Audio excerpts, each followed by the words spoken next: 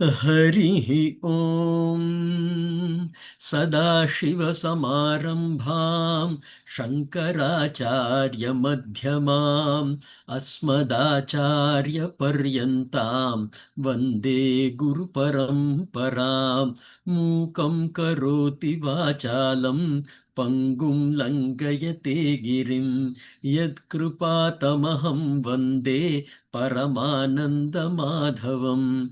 ओम शिष्य आत्म समर्पण कार्पण्य दोषो उपहत स्वभावः पृच्छामि त्वां धर्म सम्मूढ़ चेताः यश्रेयस्यान्निश्चितं ब्रूहि तन्मे शिष्यस्तेऽहं शाधि मां त्वां प्रपन्नम् ओम.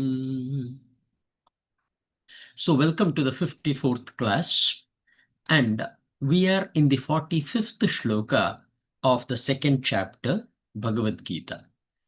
The Shloka goes like this: Traigunya Vishaya Veda Nistrai-guṇyo Bhavarjuna Nirdvandvo Nitya Sattvastah Niryoga Kshemamatmavan.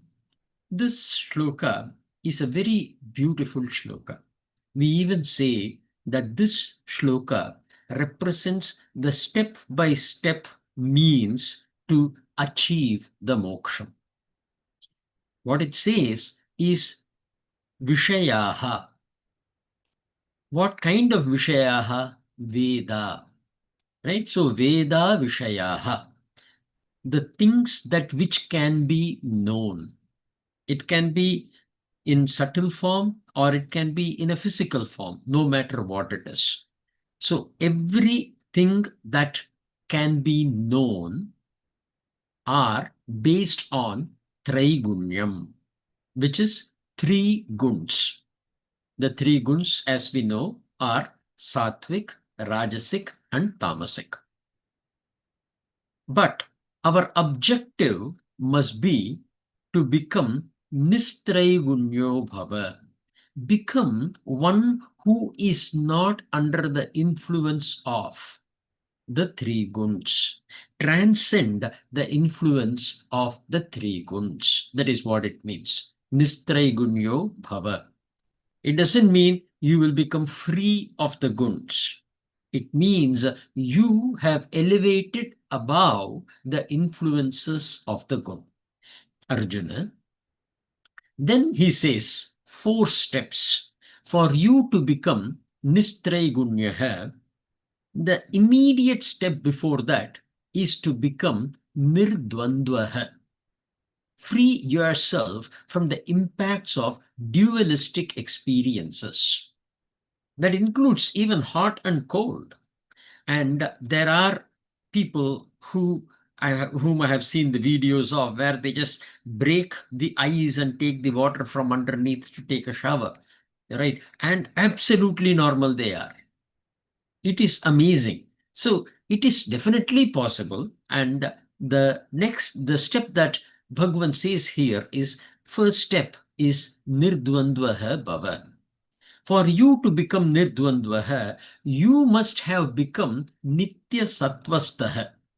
Nitya Sattvastaha means one who is predominantly in the Sattvic gun.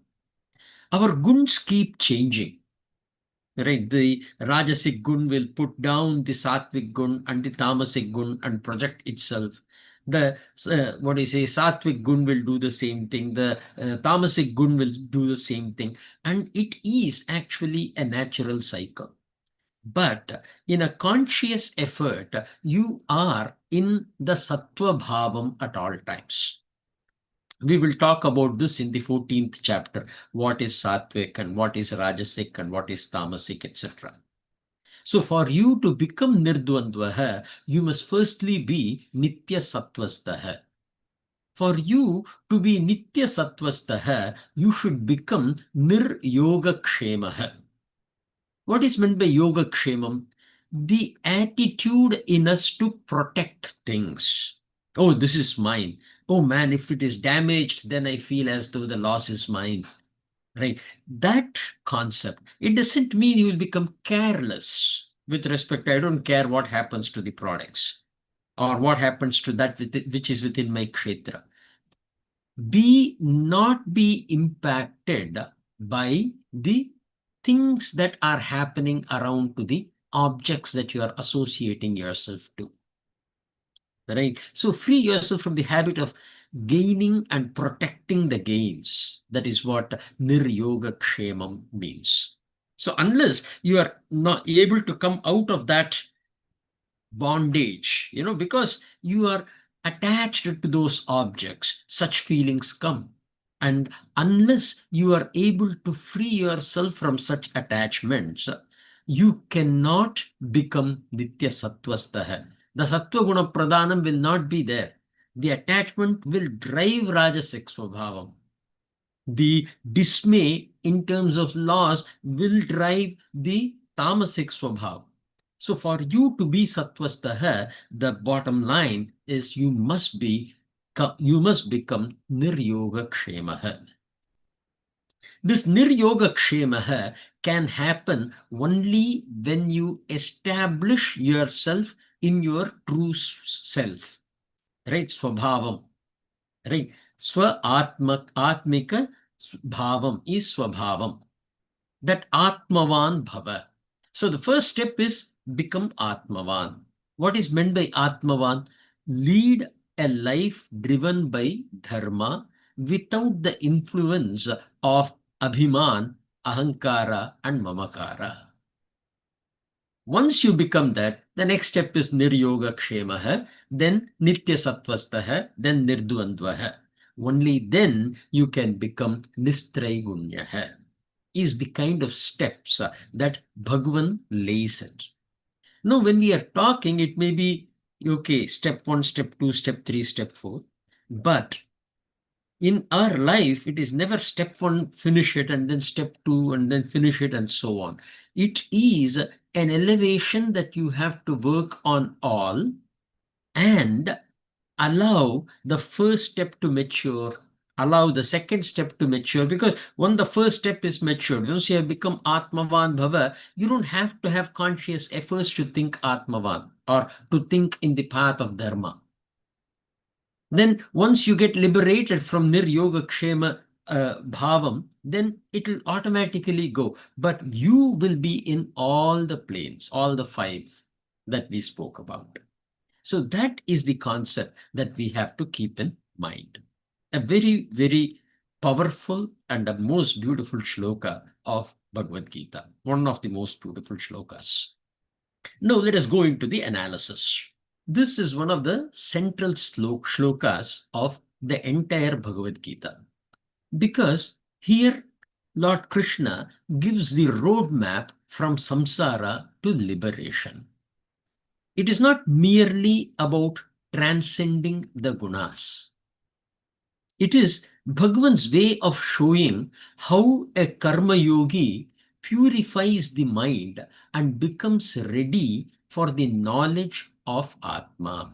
The Atma Gyan is that Gyan which will liberate you from every other kind of binding.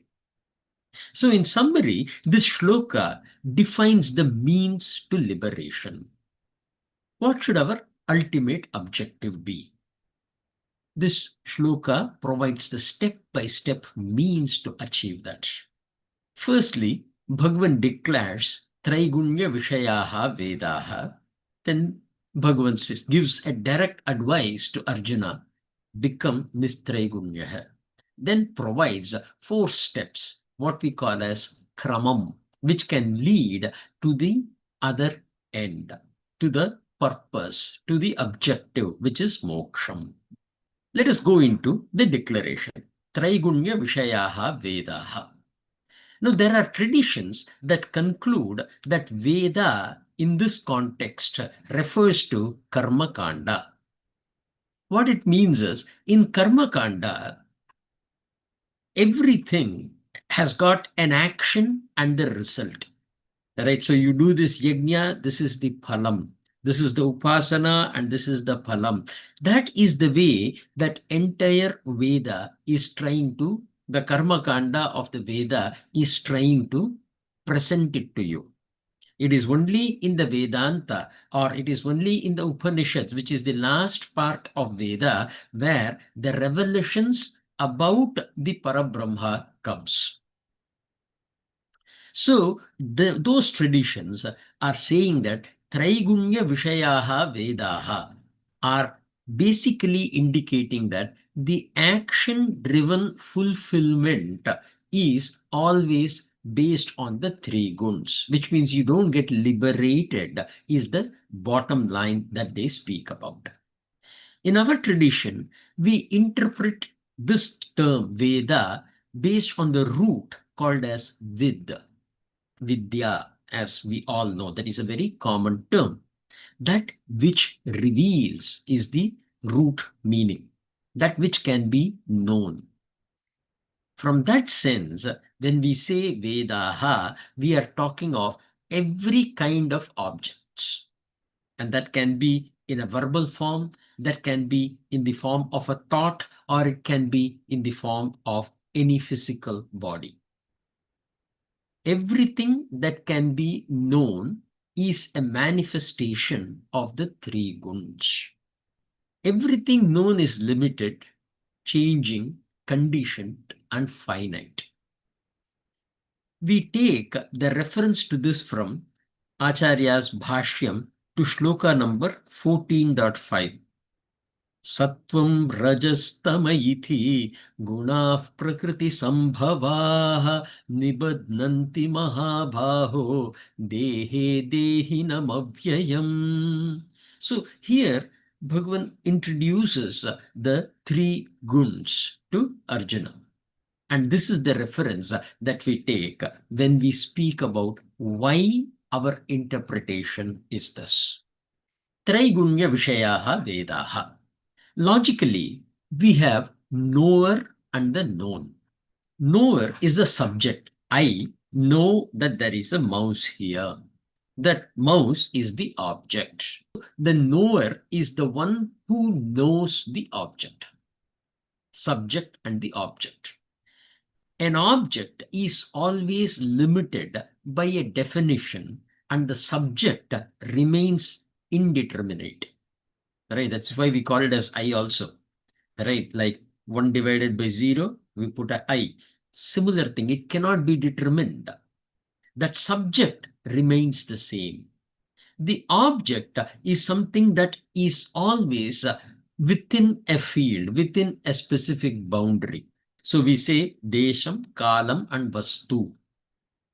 Desham is the place, Kalam is the time, and Vastu is the property. It is limited by that. If in case it is not limited, then it cannot be objectified. So for you to objectify something, you have already implied a limitation. Thus, the meaning is that which can be known, Veda, are the objects, Vishaya, that we experience as an experiencer. The Jivan, or more than Jivan, I would say Atman, the Chaitanyam. The moment you know something, you have reduced it to form, function, attributes, and limitations. Therefore, the known can never give a completeness, because you are dealing with an incomplete thing. Such objects are Traigunya, is the declaration that Bhagavan makes in this shloka. The word Traigunya is defined as Trayanam Gunanam Samaharaha. It is a collection. Samaharaha is coming together, putting together, assemblage, uniting, summing up, compound, aggregation. That is the kind of meaning that you will see in the Sanskrit dictionary. Vedaha, objects that are known, are products of the three guns. Atman alone is not known but realized. Therefore, it is Nitya. Again, we have spoken about this a lot. The term I remains, not revealed at all times. You don't need some pointer to say I exist. I cannot say that because I have a hand, I exist. My existence, that I, is self-revealing. And that self-revealing aspect is what is called as Nitya, which is, it is eternal and it exists at all times. It is not bound by the constraints of time. Because the moment you say time, it is again coming within the sphere of objects. And the subject is the person who knows the object, and hence they are always considered to be beyond time. It is the basic, we spoke about it during the Atma and Atma Vivekam that we had earlier. So what are the three gunas? Sattvam, Rajas, and Tamas. As I said, we will discuss it at length in chapter 14, but briefly, Sattvam is based on knowledge or knowledge itself. Being in the state of awareness is Sattvam. Rajas is based on action and dynamics, being in the state of doing something or executing something, even if it is the thinking, that is part of the Rajas. Then Tamas is based on delusion, having a wrong interpretation of the situation, being a little confused, or having some doubts and not being able to even seek help. Right. So all those are characteristics of the tamogun projecting itself. And if you pay close attention, it is not like, oh, the day before I had this particular thing, so I am tamasic. No, it is like I am always going to go through this body, which is an object. This object called as body will always go through all the three guns. There will be always that experience. We need to understand that it is not fixed. It is not like, okay, this guy is sattvic in nature. The same person will be rajasic and also tamasic. It doesn't change. Every body that you identify will go through this cycle. Several traditions consider tamas to be on the lower order, rajas to be in the middle, better than tamas, and sattvam is considered superior. From one point of view, it is correct. The deficiency in expressing it in that way is it leads the learner to believe sattvam is superior. The problem is sattvam is not superior. When you go into the 14th chapter, Bhagavan will very clearly say, all the three guns bind you. And our tradition calls it out. And it says that such thought in itself ignites the rajas in you. So it is not sattvam is superior. The moment that particular tarathamyam is the word that we use, gradation. The moment we bring about a gradation, you have slipped from sattvam to rajas. So what we say is learn to know that sattvam, rajas, and tamas naturally occur. And there is nothing called as this is superior, that is inferior. It is the realization that, okay, this tamas is up, this rajas is up. To be able to identify is the reason why this is being taught, not for you to drive an action to promote yourself to sattva gun. The question will automatically come, which is then why is Bhagavan saying Nitya Sattvastah? That Nitya Sattvastah is the conscious effort that we put. That is why we bind it into that. Naturally, the three guns will come and go. Nitya Sattvastah is the awareness being very bright. And when you know that you are Rajasic, you know you are Rajasic. That awareness comes out of Sattva Gun, and when we say Nitya Sattvastah, that is the driver that we in our tradition speak of. So allow your body to be in the three guns, but you be Nitya Sattvastah.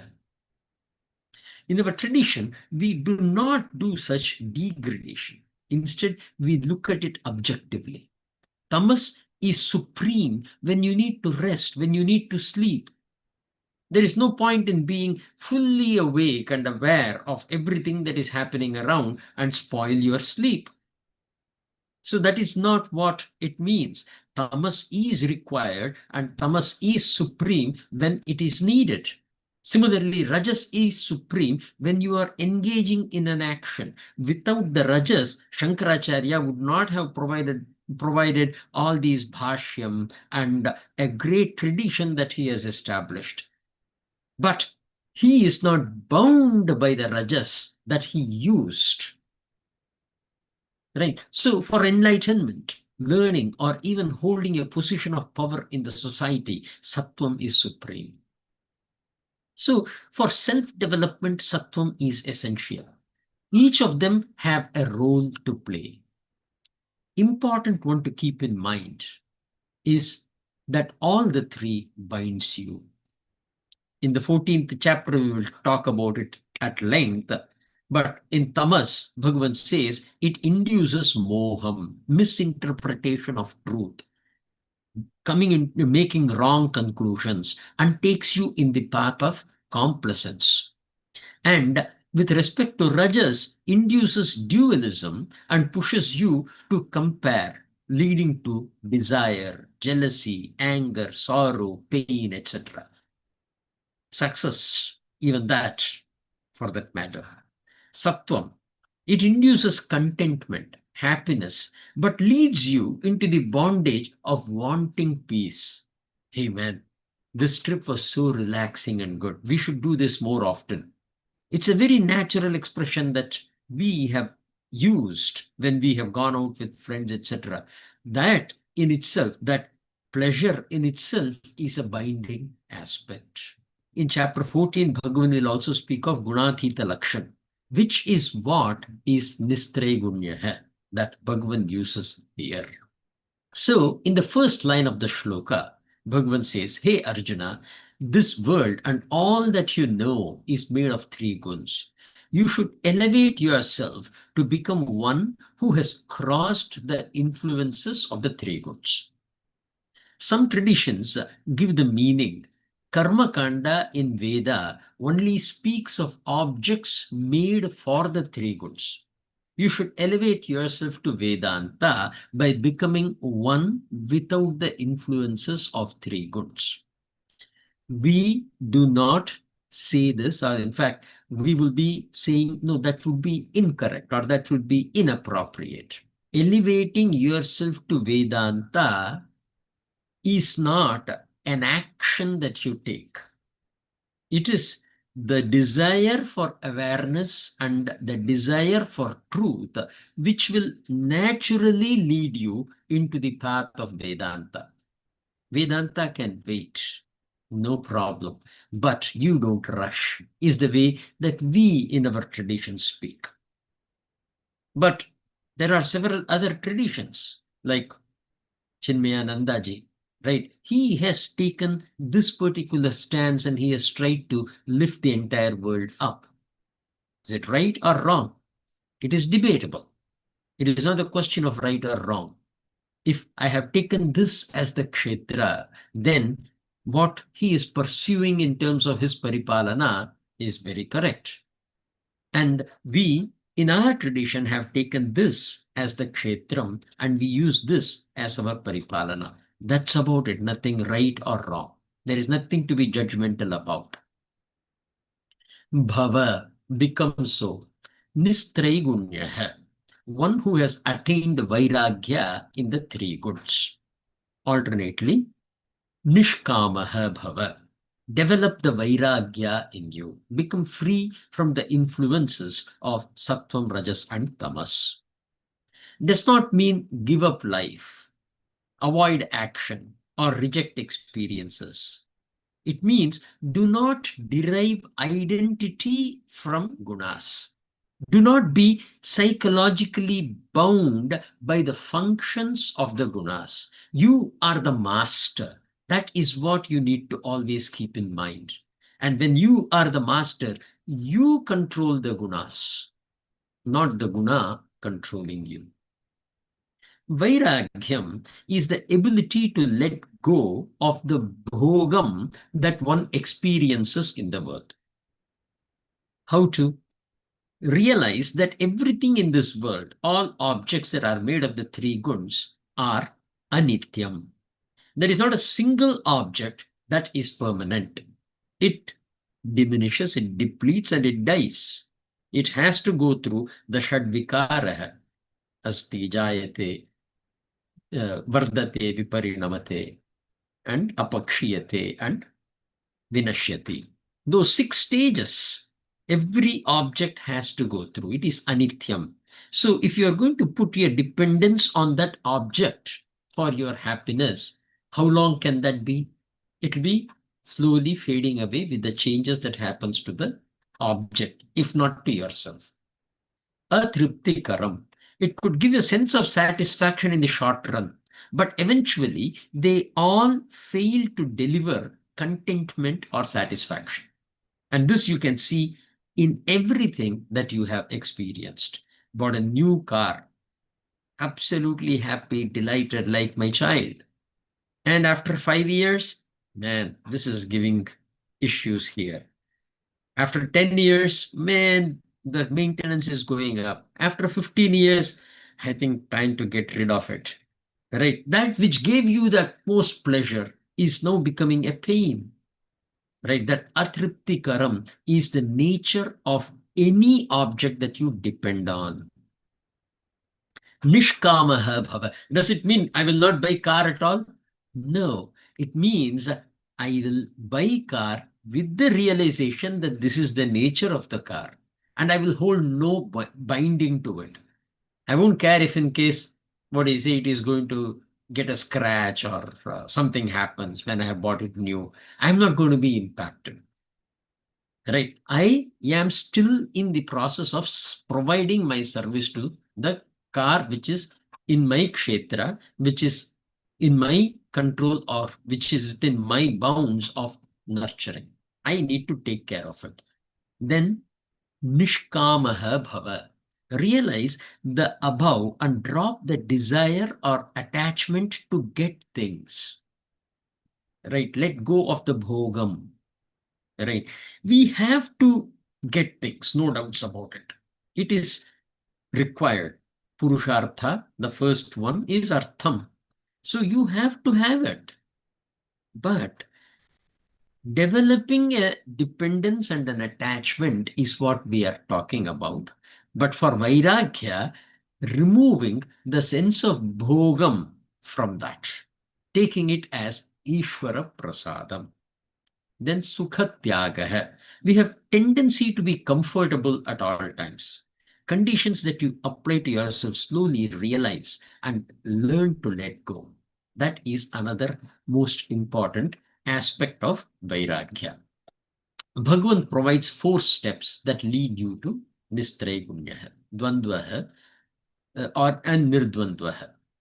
A state of developing an acceptance to the dualistic reality of the world. What you have to exercise is trying to maintain the equilibrium when you experience that duality. Sukham, dukkham, manam, apamanam, shitalam, ushnam. Right? All these things, any sense of duality that you experience, maintain an equilibrium in that. And that is something that is possible through developing the right attitude and performing it as an exercise, abhyasam. Right? So you have to try it out over and over again. When you slip, you should like to enjoy it, that I have slipped. And I always say that, like when the child falls down, it not only is learning to walk, but it is also learning how to fall. Right? So there is a lot of learning in everything. Become that. Dvandvatmakam jagat is the basic expression that they say. The world is dualistic in nature. To every experiencer, the experiences of this duality is natural. Just because a person is a billionaire, it doesn't mean he is not going to have the sense of pain. He is going to also suffer the same sense of pain that you and I do. He is going to have the same sense of the trauma, the mental trauma or the emotional trauma that one goes through. So it is part and parcel of life, and we should accept it. We should elevate ourselves above it, taking it as a responsibility and driving action rather than taking it as a state and trying to hold on to something. This is developed through practice. In tradition, we emphasize the value of observing Ram in a Ramayana. There we say, the first night after leaving the palace, he was told he's going to be the king, but then he is being sent to the forest in exile, right? Rama's composure is described in his sleep. There, it is so beautiful. He is as peacefully sleeping as he would have slept on the day when he was given the news that he is going to be crowned the king. Both going to exile as well as taking up the kingdom as the king are things that are coming into my kshetra, redefining my kshetra, and my paripalana continues in the way as the Dharma provides. Get into that elevated state. Nitya sattvastaha bhava. Sattvastaha, being in a state of sattva gun. Here, we have discussed about it, right? Which is develop the clarity, adopt simplicity, increase purity, drop himsa, embrace truthfulness, become moderate. Now, in each of these things, there is a state of perfection. Strive to get to the state of perfection with the realization that the perfect state is the absolute, the God, which means we continue our effort for our life.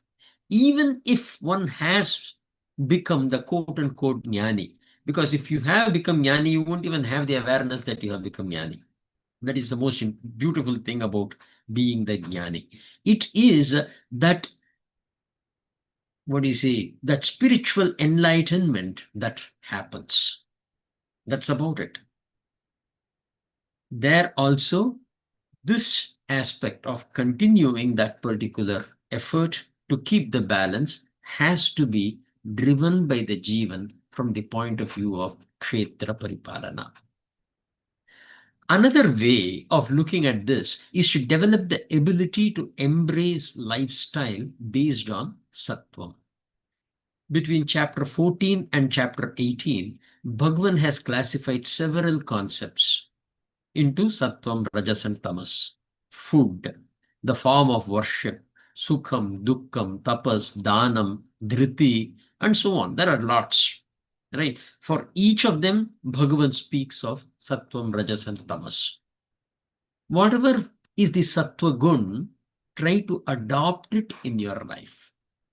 And sattvic food will help you go sattvic, right? And that is what we need to do. What we are doing today is we are becoming as tamasic food as possible, right? So instead of cooking and eating it, the effort is very painful.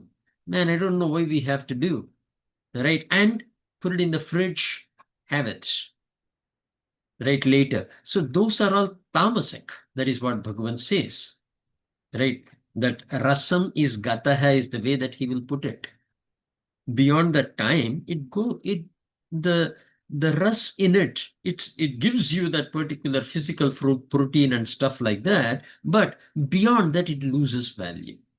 So he says, when you put an awareness in what is sattvam in every activity you do and embrace that sattvatvam in it, then you can become nitya sattvastaha. That is another exercise. Everything is part of the abhyasam. Nir-yoga-kshemaha bhava. Yoga herein means desire to get or achieve something that we do not have. Apraptasya praptihi is the way that an acharya has put it. Kshemaha herein means holding on and protecting that which you have already attained. Right? Praptasya rakshanam. This is a common deficiency in all of us. Consciously overcome this. This is a weakness that we all have, and it is very natural. If you invest your time in holding on, protecting things, you will not be able to be in Sattva Guna. Artha, material needs are defined as Purushartha. It is essential to have the needs taken care of. But the attitude must be to develop the ability to nurture them and not protect them. As we have often said, one way of defining samsara is, the purpose of life, where what we say is kshetra paripalanam and dharma rakshanam. When it changes, kshetra rakshanam and dharma paripalanam, it is part of the samsara. That is the way we define it in our tradition. Yoga kshemam, what does it do? The harm that it does to you. It develops or increases worry.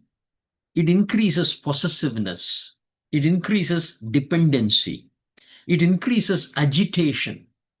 It increases fear, including of that of loss. Things you can think of, acquisition. There is a general tendency to acquire things, and we also have the tendency to hold on to them. Acquire only if there is a need and not a want. Upon acquisition, give it, the object that you have acquired, the independence to deliver its purpose and become its support for it to discharge the duty of its existence. So once, say for example, I have a clock, right? I have acquired this clock which is kept on my desk now. As soon as the clock has come to me, now it is not like I own the clock. The clock has come to me as a dependent thing, which is looking up to me saying, hey, help me serve you. So help the clock to serve you. The role changes considerably. And that is the way that our mind shift has to take place. I have gotten this. I have acquired the position of X. I am an architect. I have become an architect. Now, as soon as I have become an architect, if I start thinking I am an architect, then I am not in the path of Nistrai-guṇya bhava. That is what we need to understand. We are in the path, or I am in the path of yoga kshemaha. Right? That is the problem. Instead, this has come to me as a role, as an architect, and now my job is to serve this particular architect to be successful. The architect is a conceptual entity.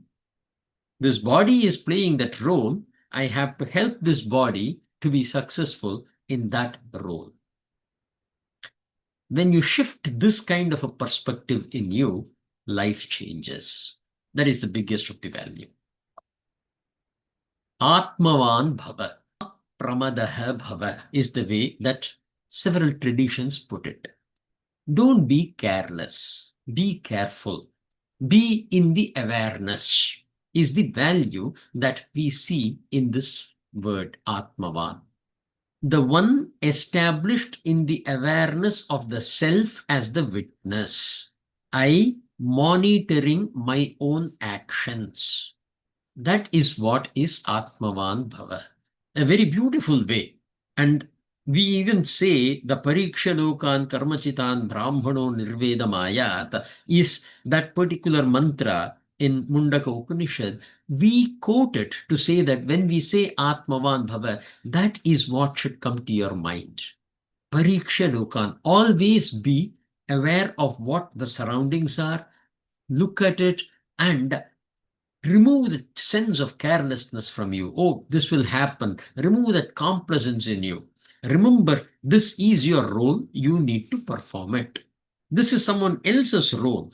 They need to perform it. And if I'm a leader, I need to enable them to perform it. That is the most important thing. Don't go and perform what they are supposed to perform. They are good in performing what they are performing. Instead, be a person who enables the other person to perform their role at an optimum level. Develop yourself to be alert, mindful, conscious. There are some traditions which mistranslate Atmavan as strong-willed, self-controlled, self-reliant.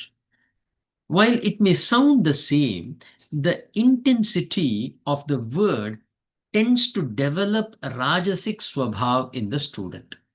So what we say is alert instead of, strong-willed, or mindful instead of, self-control. So do not try to force you. Instead, mature yourself into that. That change is the reason why we say, no, we are not going to use the words such as strong-willed, self-controlled, and self-reliant, though it actually means the same. But the message which a teacher provides is to clarify between the two, and that is why both are stated here for you. Reinforcement of rajas should be avoided, while we must use rajas to overcome the tamas moderately.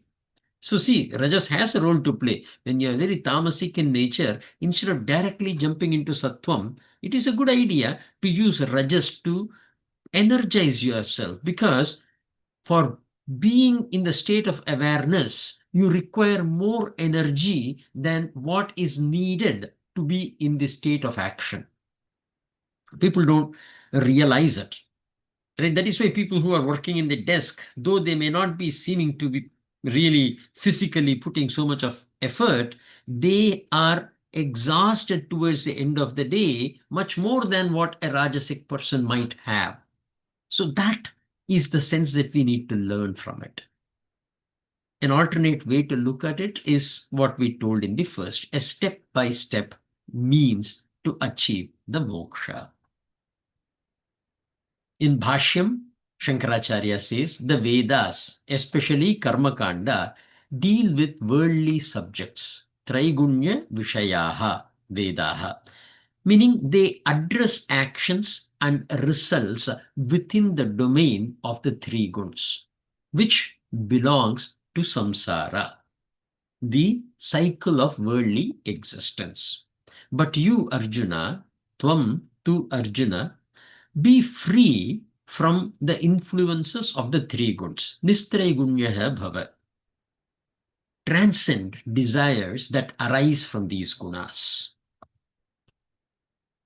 Be free from the dualities like pleasure and pain, gain and loss, which disturb the mind and keep it bound. So that is again a lesson for us, right? He has used it as an explanation, but what Acharya uses as an explanation is a lesson for us.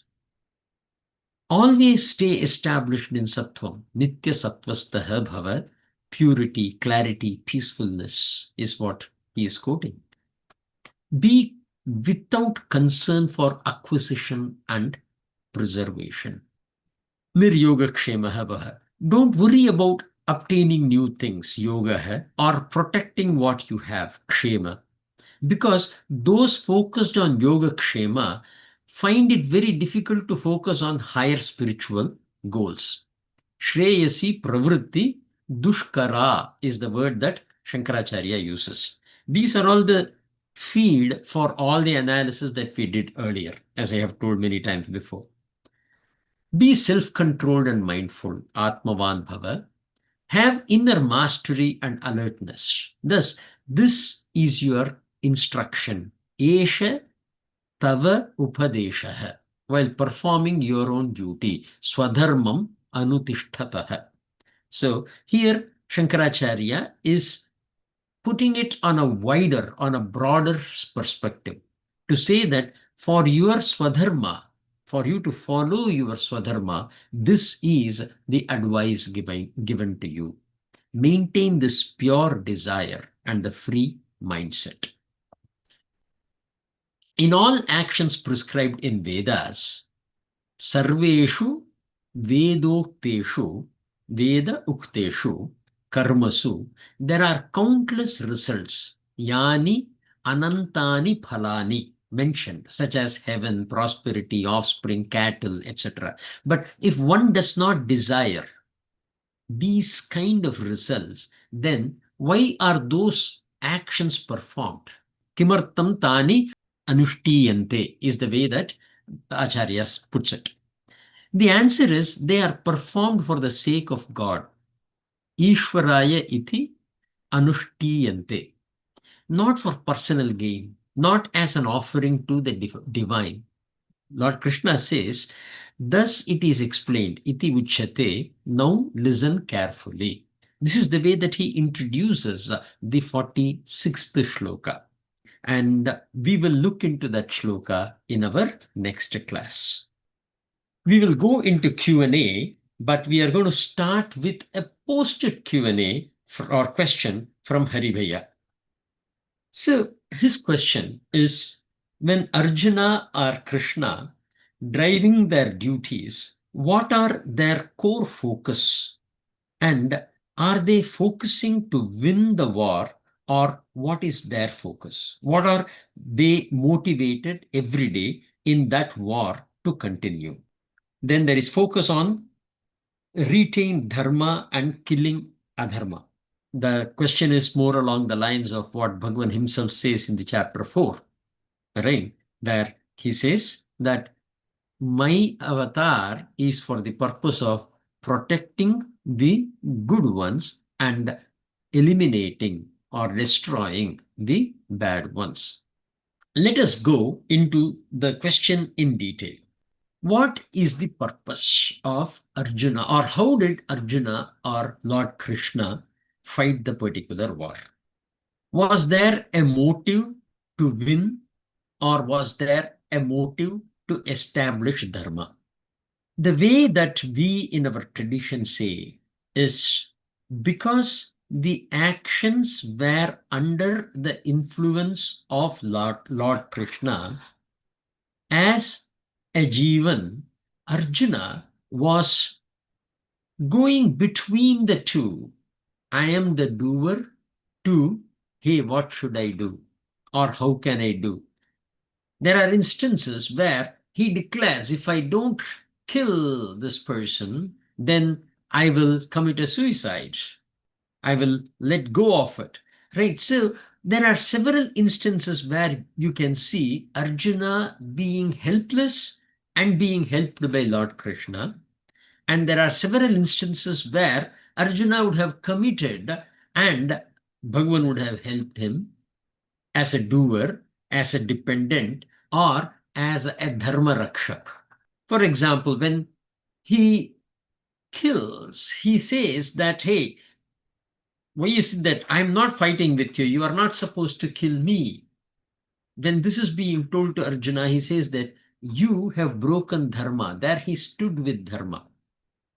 Right? So what makes a person commit to an action is a very subtle nuance of life. Your actions are more often driven by the impulses that are as a result of something happening in the surrounding, plus a guna. I told you, right? The three guns are there. If you are in the sattvic gun, you will respond in a sattvic way. If you are in the rajasic gun, you will respond in a rajasic way, and so on. So every action that this body performs is based on that. But what is it that we should be doing when we are leading our lives? We should be in this realization that it is the gunas which are working with the gunas. Guna guneshu vartanta iti matvana sajjate is the way Bhagavan will say later in Bhagavad Gītā. It is only the the three guns that we are talking about interacting with each other in a easier way for expression. Let us say Hari Bhaiya and I are talking. It is not Naresh is talking to Hari Bhaiya. Naresh in a Rajasic Bhavam today and Hari Bhaiya in a Sattvic Bhavam today. The Sattvic and the Rajasic are interacting. That is the truth. And because of that, the body tends to make an action. But the body is dependent on you, the Chaitanyam, to perform the action. So as a Karta, you still are Swatantraha. And you taking the ability or making the ability to control the gunas and be able to deliver to an objective is what most of the actions in life are. There is a second aspect of it which comes, which is Kshetra Paripalanam. In terms of Mahabharata war, you will know that Kul, Riti and Dharma had to be protected, had to be saved, because it was going down the path, right, with Duryodhana expressing so much of ahankara, performing so much of bad deeds. You need to understand, as a king, he would have influenced the whole kingdom to go on the path of the bad, of the adharma. Here, the objective that was set was to fight for that dharma. This dharma samsthapana is what Bhagavan had intended, and Arjuna had intended, Yudhishthira had intended. But while performing the action, this dharma samsthapana was regulated and carried over by Lord Krishna. While all others, they were in the mix. I told you, right? The elevated state will naturally come into you sometimes. And there will be times where you will be in a sattvic bhavam. There will be times when you will be in the rajasic bhavam. You will continue to keep changing.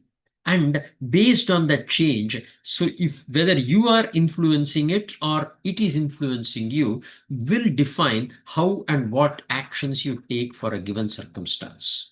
But the objective that has been set will eventually guide you to course correct yourself and go on that particular path.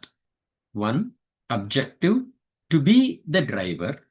Number two, while going on the path, you being under the influence of the gun at times. This is what is applicable to jivas.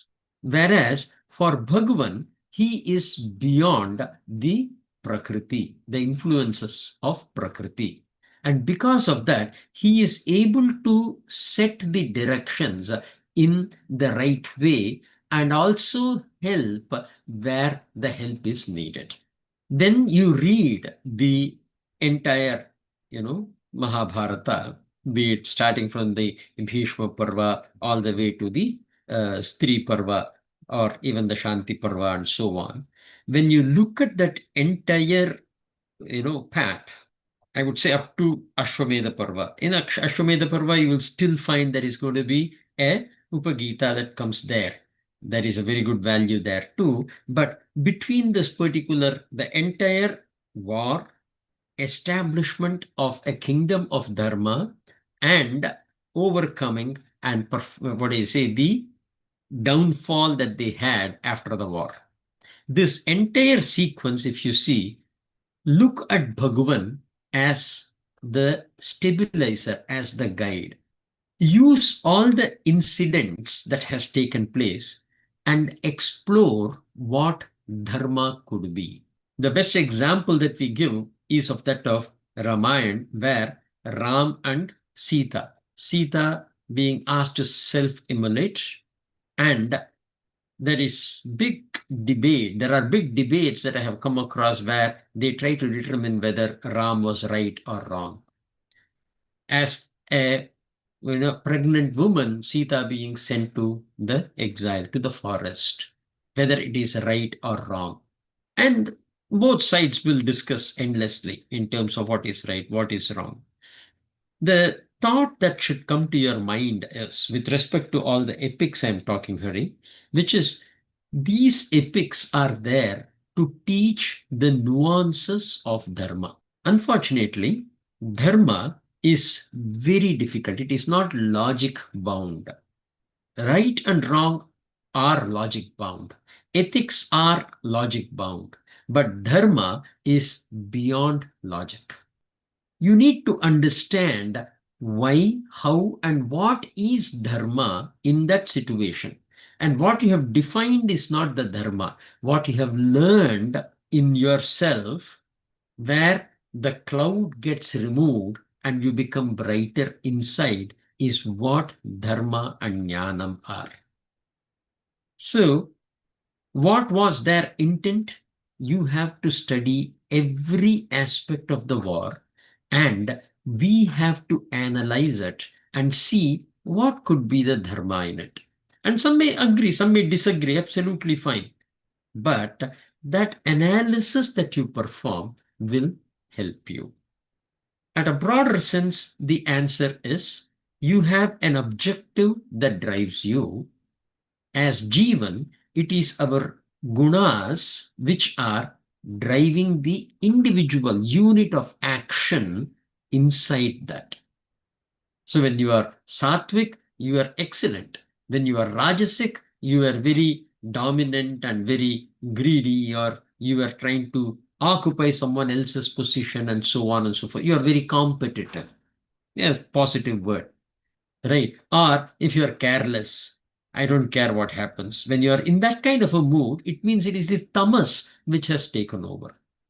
That individual activity will be varying based on the gunas, and the objective will drive you.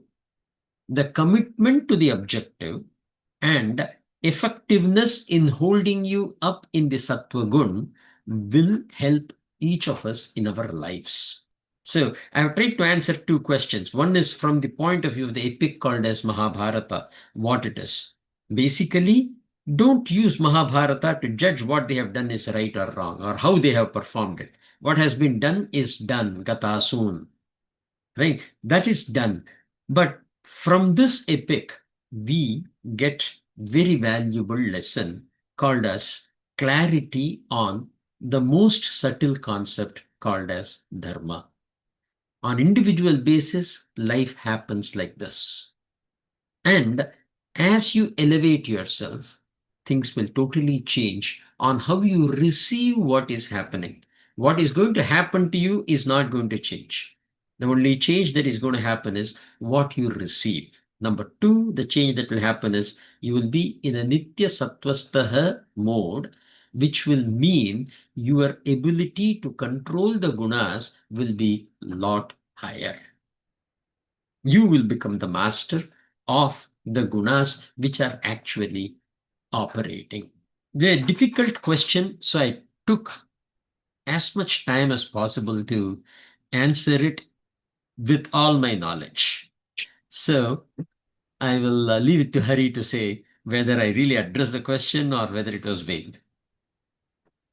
Oh, thank you, Guruji. I think it's the most important how you educated, right? Dharma and as well doing the right thing. What I was trying to, figure out when I asked the question is more about the life's purpose, right? Doing that duty, what it motivates to do more of that duty, right? And that creates a more about the purpose. Now, I think how you explained it, dharma, doing the right thing, that drives the purpose, right? And then I think when I asked the question, also you educated me. I just pulled my book again. In 2020, we used to talk about Sattvic, Rajasic, and Tamas. I think my mind went into more of Tamas, and I think it is nature, right? Human nature. I need to pull that back into more Rajasic and Sattvic so that I focus more on purpose, doing the right thing, doing the duties, and Kshetra Paripalana, right? Correct. More. I was thinking more doing that. I was not diminishing it. My purpose of that question is to even more, and then removing all the obstacles coming on the way. And the question is more about like, okay, 3 days after the war, how did Arjuna figuring out all these obstacles, still keeping his mind in the sattvic nature rather than, rajasic or tamas? And how did he do it, and what ways he applied to do it? That's the reason I was asking that question. Yeah, thank you. Yeah, awesome. And as the answer goes, Arjuna did not. He was Yeah. tamasic, he was rajasic, and you can see it in the entire description of the war. Yes. And Yeah. that too, after the 10th day of the war, Yeah. the extent to which Sanjaya or the extent to which Vedavyasa, presents the war is lot more. See, first 10 days of the war, the things will be more brief. I think it is because very, very dharmic driven. So it wasn't much. But after that, you can see all kinds of, gunas playing in the field, in the battlefield. So the answer is he was not sattvic, Mhm. but his intent was dharma, and Bhagavan helped him to be successful in the dharma. It is a it is an amazing realization when you start looking into it. And as I said, when you analyze each activity, you will see that whatever the struggle that we in our life are going through is Yeah. exactly what happened in the Mahabharata war. And you Yes. can relate it, It's very literally. clear. And sometimes I think that, like Lord Krishna helped Arjuna, it's almost like the Gita born, and you're helping all of us in that nature. Sometimes I think it's really so connected, this class, to me for again. But sometimes I go to that is the purpose of the life, right? So doing the right things, dharma, and making the difference in people, that is the purpose. Then how does I get more of that by listening and then engaging through these classes and guiding through you? Yeah, it's great, Guruji. Yeah. I will just leave one question for you to contemplate. Yes, please. In the question that you asked, what is the purpose of life? You have given the sadbhavam, the truth, to the life and removed the truth from you. What is the purpose of life is not the right question, because life is just another object. It just comes and it goes through all the six changes and goes away. The purpose is of the Jivan who has taken over this this life, who has borrowed this life. And that we have answered earlier to say that the reason is because I want to overcome this bondage of samsara. For Mm. me to overcome this bondage of samsara, I go and ask a pitri. I go and ask a forefather, hey, can you please allow me to be born in your race? And the Pitri says, okay, you promise that you will continue my kul, right? You will serve my kul and you will bring prosperity to my kul, and Okay. you can born. And that is how the Kshetra Paripalana comes in. The idea is my kul has to be nurtured. That's all. That is the purpose of life. While, because it is borrowed, right? There is something that is Yeah. available. I am borrowing it, which is called as life. And the Yeah. reason I borrowed this life is because I want to pursue the path of moksha, which I cannot do without this form. And in return, I have promised the Pitru that I will serve your kul. I will Got bring got it. greatness to your kul. So there is the Kshetra Paripalana comes as a duty, and to be able to pursue the path of this Jnana Yoga becomes the purpose of borrowing this life. So when you said what is the purpose of life, you subjectified the life, Mm-hmm. right? Leave it as an object. Look at Got it. Got why it. did I get into this life?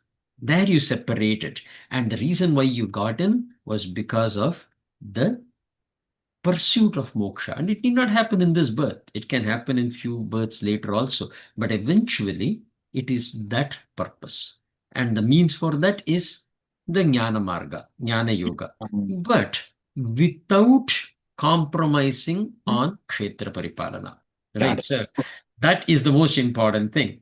Just because I'm doing something for me, I cannot say that, hey, I borrowed some money from Hari and I don't have to pay it back.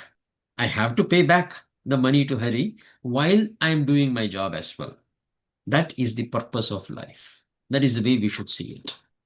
Good, Guruji. Thank you. Really great. Harihi Om Purnamadah Purnamidam Purnad Purnamudachyate Purnasya Purnamadaya Purnamevavashishyate Om Shanti Shanti Shanti Hari Om Tat Sat.